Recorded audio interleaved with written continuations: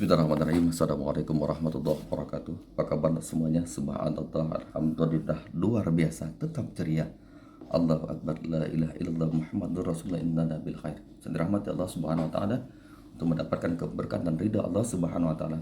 Mari sama-sama kita awali pertemuan kita hari ini dengan melafalkan al-basmalah seraya berdoa kepada Gusti Allah Subhanahu wa taala.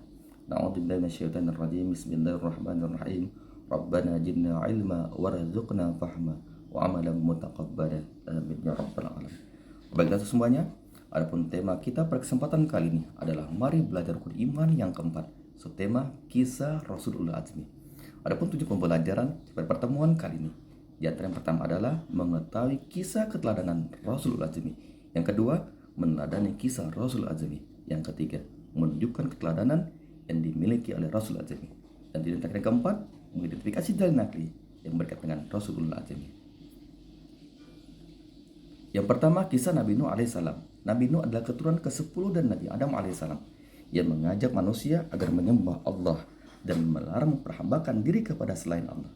Namun, manusia di masa itu tidak mengacuhkan, tidak peduli terhadap seruannya, terhadap ajakannya. Seruan Nabi Nuh itu mereka sambut dengan hinaan dan keejekan. Nah, selama 150 tahun, Nabi Nuh alaihissalam menyerah ajaran Allah. Kan tetapi umatnya tetap saja ingkar, termasuk anaknya sendiri yang bernama Kan'an. Walaupun mendapat tantangan, hadangan, rintangan yang luar biasa dari orang-orang kafir dan musyrik, Nabi Nuh tidak pernah putus asa, tidak pernah menyerah. Akhirnya Allah menurunkan kepada mereka siksaan berupa banjir besar. Nabi Nuh beserta pengikutnya yang setia selamat dari bencana banjir tersebut. Yang kedua, kisah Nabi Ibrahim alaihissalam. Nabi Ibrahim adalah putra ajar, seorang tukang pembuat patung. Dan keberanian yang dimilikinya, Nabi Ibrahim menghancurkan berhala-berhala yang disembah oleh orang-orang Babylon. Akibat dari perbuatan tersebut, Nabi Ibrahim ditangkap oleh Raja Namrud. Ibrahim dihukum dengan cara dibakar. Namun, atas kekuasaan Allah, atas izin Allah, api membakar Nabi Ibrahim menjadi dingin. Qulna ya nar kuni barda wa salamun ala Ibrahim. Yang artinya, kami berfirman, wahai api, jadilah kamu dingin dan berilah keselamatan bagi Ibrahim. Quran Surah Al-Anbiya, surah ke-21 ayat 69. Yang ketiga, kisah Nabi Musa alaihissalam. Nabi Musa adalah putra Imran, keturunan Bani Israel, yang hidup di masa Raja Fir'aun yang terkenal sangat kejam sekali dan mengaku dirinya sebagai Tuhan. Siapa yang tidak mau menuhankannya, maka orang itu akan dibunuh.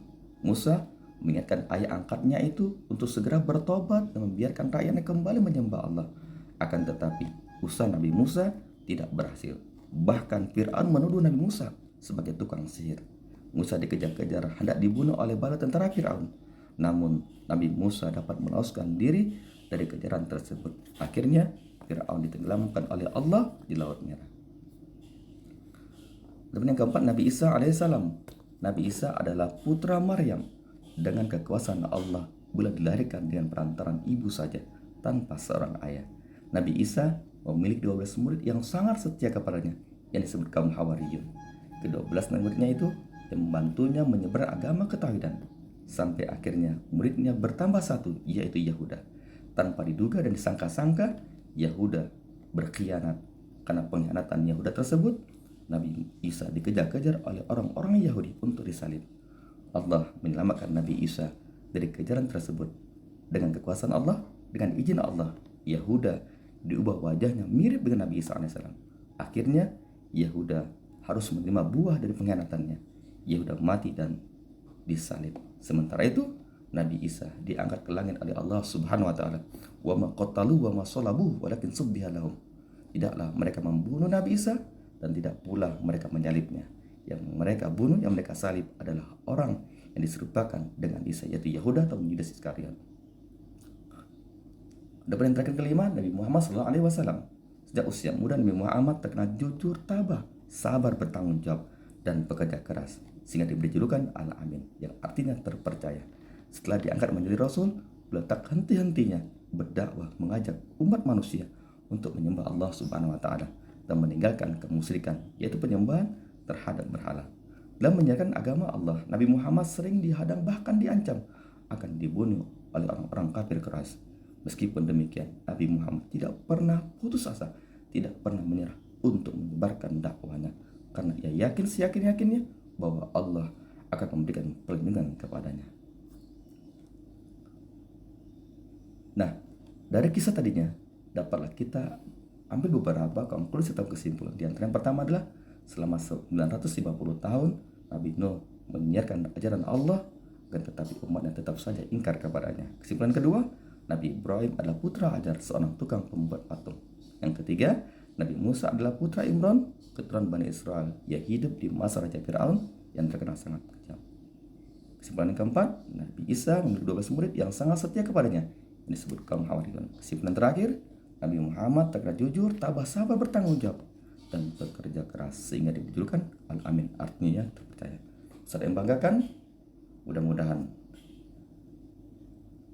dari kisah tadinya dapatlah kita ambil keteladanan, yang mana keteladanan itu dapat kita terapkan dalam kehidupan sehari-hari. Amin amin ya rabbal alamin. Dan yang saya banggakan, demikianlah kisah Rasul Ajami yang dapat Ustaz sampaikan. Lebih kurang Ustaz mohon maaf kepada Allah sama ampun, kiranya bermanfaat bagi kita semuanya. Mari sama-sama kita akhiri pertemuan kita pada hari ini dengan mendapatkan alhamdulillah seraya membaca kifaratul majlis. A'udzubillahi Bismillahirrahmanirrahim. Subhanakallahumma bihamdika asyhadu an la ilaha illa anta astaghfiruka wa atubu ilaik. Akhirul kalam, Assalamualaikum warahmatullahi wabarakatuh.